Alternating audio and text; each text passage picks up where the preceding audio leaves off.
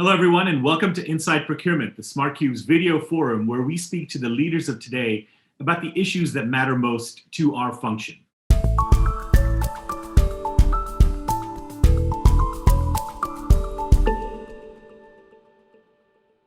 In this series of videos, we'll be speaking about a range of different topics that are extremely topical, particularly given what's been going on over the last year with COVID and all of the economic and political changes that have been taking place. And with me to talk about these issues is Paul Coppens. Paul has had a long and storied career with J&J and has now launched his own consulting firm, 4PX Consulting. Paul, welcome to the video. Thank you, Omer, for doing this. I'm really looking forward to this. Very excited about it. Yeah, I'm very excited to hear more of your perspectives as well as we go forward. Now, we've known each other for a long time, certainly from a SmartCube and a Paul Coppens point of view. But if you could just give a quick introduction of yourself, please. My career has been basically all about Johnson & Johnson. I started there right after university. I'm a mechanical engineer as background. And then I dove right into the manufacturing and operations piece, where I was responsible for the packaging equipment in operations. After that, I moved on to packaging development, where I could still use my experience built up in the first 5 years.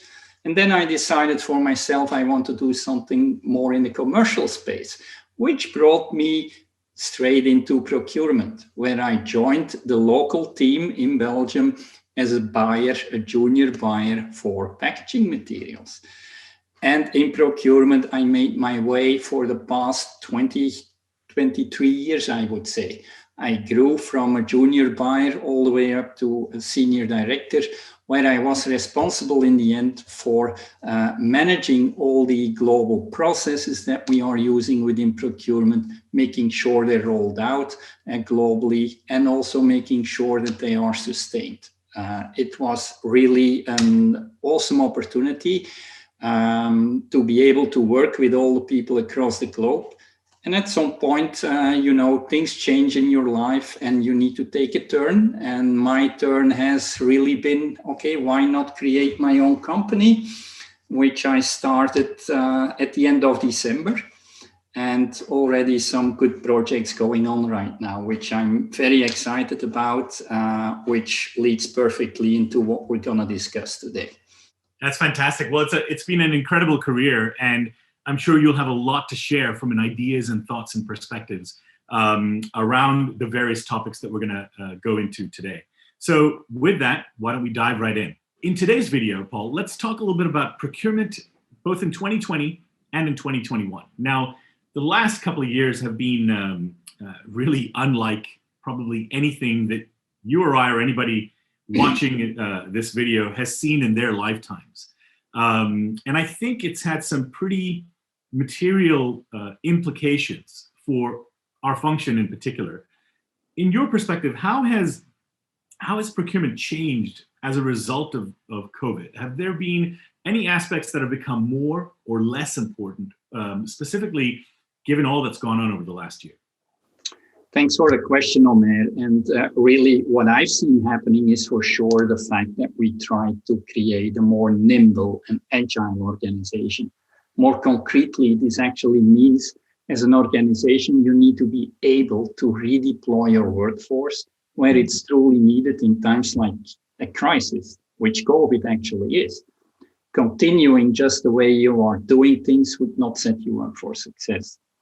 Within procurement, as you can imagine, it was critical to understand how our suppliers would be able to deal with this situation, which is a situation of highly volatile demand, but also scarcity. Think of your tier 2 and even your tier 3 supply chain.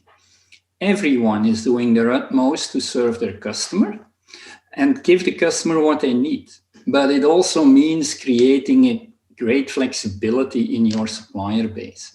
But first, there's the strong need to understand the full scope of their possibilities, to be able to ensure as a company we do not run any risk of backlog. I have seen the organization putting the right people in the right places to map out this potential risk. but then also put action plans in place to mitigate those risks and avoid any customer complaints. This was a tremendous job, and it requested also a behavioral change for certain people. Not only that, but also rethink the way we were doing things.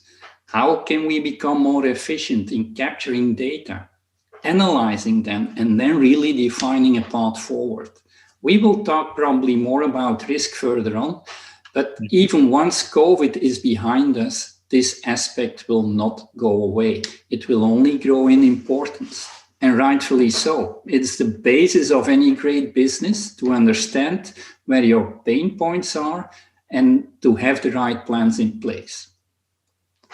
A second change that I've seen during this crisis is the way companies redefine goals and objectives, really meaning they realized you can't do it all as planned in the COVID timeframe. You need to set priorities. And this is clearly what has happened. A careful look was taken at the overall priority list, and focus has been really put on risk and reliability mapping and the mitigation of that. Related to this, the installment of improved SRM, supplier relationship management, that will continue to be enforced in the years to come. This will avoid similar situation and will prepare us in a much better way. And a third change that I've seen, of course, and we all know it, is really the working from home principle. Although procurement is a critical function, from an operational perspective, there is no need to be 100% of your time on site. Personally, myself, since the beginning of the crisis, I've been working 100% from home. And even in a global setup, this has proven to be working well.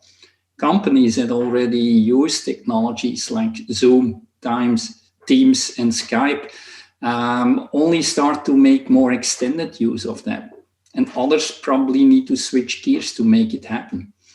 And the future will be using these technologies even more and more.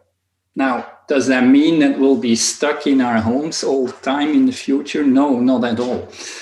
There is still the aspect of meeting face-to-face with your colleagues and your suppliers, and that will give you the extra touch and insight you may lose by working from home all the time. I do believe, however, companies will now start to offer more options to their workforce and as such create even bigger flexibility. Yeah, I think those are really pretty compelling, pretty material aspects, particularly the point on agility and becoming more agile. I think the priorities aspect is a really critical one, because I think it forced us to think beyond the processes that we I think a lot of us become comfortable with. Like, this is how we do things. And when COVID happens, we have to shift. We have to redefine. And certainly work from home. I think that's going to be an interesting aspect going forward. So with that, Paul, what do you see as the biggest priorities for procurement in this year, 2021, and then certainly beyond as we go into 2022 as well? Personally, I do think that it will continue to be super critical to become even better at risk management and ensure we get full visibility at where we are potentially exposed at all times. And also, let's not forget about that, escalate it where needed to the highest levels in an organization. Creating that awareness of the exposure of a company will play a key role. Linked to this, also upping the game plan in terms of managing our suppliers in an even stronger way will be a big part of the solution. Looking at ways to become experts in supplier relationship management, building the right partnerships with our key supplier base, developing the partners, and as such create mutual value. And I emphasize the word mutual here, indicating it's much more than just negotiating piece price. And then drawing up the right contracts with the right incentives in terms of business continuity, innovation, and other value creating opportunities. But involving our suppliers even more and look for solutions that can support both your company as it will your suppliers. The mitigating of this risk will also mean you have to make changes in your supplier base or even your materials base. Engaging other functions in this story is super critical, as a procurement function will never ever be able to tackle this all by themselves. You will need the buy-in from operations, manufacturing, engineering, R&D, and hence making the seat at the table even stronger for procurement will be key to make it work. That's my personal opinion.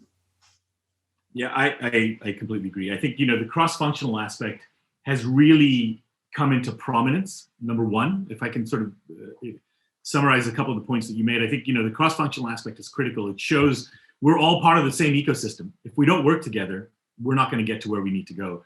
And it's nothing, there's nothing quite like a crisis to help force that and bring that together and make it, I think everybody understood that, but the crisis really made it prominent and in front of our faces, so to speak, that we had to do that. Absolutely. The other aspect that I really appreciate you saying is the point on mutual value and partnerships. And I think that's the other aspect that, frankly, and I know we're going to get into a lot of this when we talk about risk and supplier and innovation and all of these aspects as we kind of go through this series of videos. But the other aspect that clearly has come up over the last year is this issue of scarcity and lack of availability, and then allocations that you ultimately end up putting on, and how do you manage all of that? And that's when you find out if you are a customer of choice or a supplier of choice. And I think it's a mutual discussion. It's not simply one versus the other that we have to get there. But I think those points, particularly in terms of cross-functional collaboration, in terms of mutual value and partnership, are spot on. I think you summarize it very well, Omer. This is what is growing in importance in moving forward. And I think COVID was a bad period. It still is, but it has learned us so much how to deal in better ways and how to set ourselves up to avoid similar situations in the future wherever we can. Well, thanks, Paul. That wraps up today's video. We'll be back with another of our series of 5 videos that we're putting together with Paul. And the next one will be on category management.